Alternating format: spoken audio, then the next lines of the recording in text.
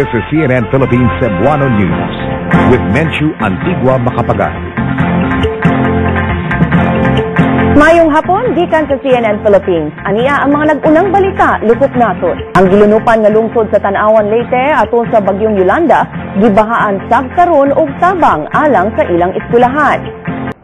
Sa dapit nga nagrabihan sa bagyong Yolanda, mibangon og balik ang mga tulunghaan aron paghatag og bag-ong paglaom sa kabataan.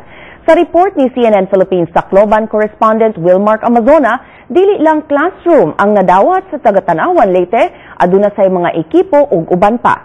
Wilmark? Menchu, may dana mga bagong ekipo o classroom ang Santo Niño Elementary School sa Tanawan, Leyte. Ang eskwelahan dunay napulo ka classroom sulod sa upat ka building. Gigastusan sa Intel Foundation of 15.6 million pesos ang pagpatukod sa mga classroom buildings. Ligon ang mga classroom sanglit makasugasog na kini sa super typhoon nga 250 kilometers per hour ang gikusgon sa makakusog sa Yolanda. Dito kudsab ang mga classroom usa ka metro gikan sa ground level aron dili dayon kasudlan og tubig dala sa storm surge. Ang Santo Niño Elementary School ana nahimutang sa dapling sa baybayon. Mayada sab mga solar panel nga ang mga atop sa eskwelahan. 3 kilowatts ang capacity sa mga solar panel ug makapasiga sa mga suga ug mga teaching devices. Mihatag sab ang Intel og 20 ka 2-in-1 laptop ug usa ka content access point on server alang sa mga magtutudlo ug mga estudyante. Muhatag sab ang Intel og mga training programs para sa mga estudyante ug mga teachers.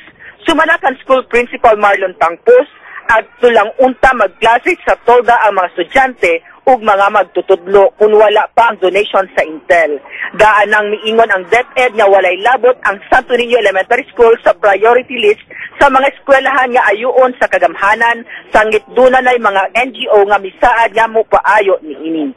Menchu. Daghang salamat Wilmark Amazona reporting gikan Tacloban City.